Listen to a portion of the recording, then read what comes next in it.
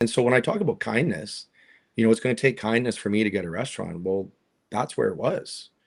It was Lauren. That's cool.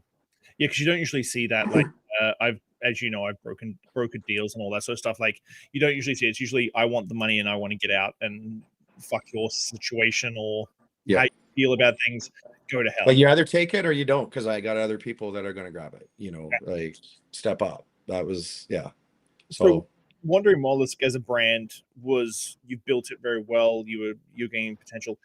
Doing the shift to a brick and mortar, how intentional was the Shuck Taylor's brand? Was that always in your brain about what the concept would be? As we were talking about in the green room, the anti restaurant, yeah.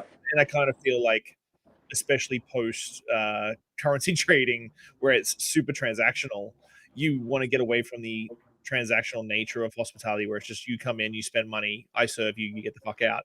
Um, you said in the green room you wanted to be an anti-restaurant. What was the concept around and the vibe around Shuck Taylor's from the get-go?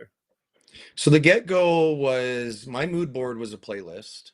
I obviously had like notes jotted down, but I was just building out that, I think it's 800 songs now. People are asking us all the time, like, can I download this? Like, sure. Like, we're just playing like old hits. It just works so well in the restaurant. And so that was my first mood board, was just finding that, like, that vibe. And a lot of that came from Rodney's. My original plan was to have a middle, like a small Rodney's, because the one thing they did really well there was that every seat in the house could see the oyster shucker. Mm. That's the epitome of what an oyster bar is.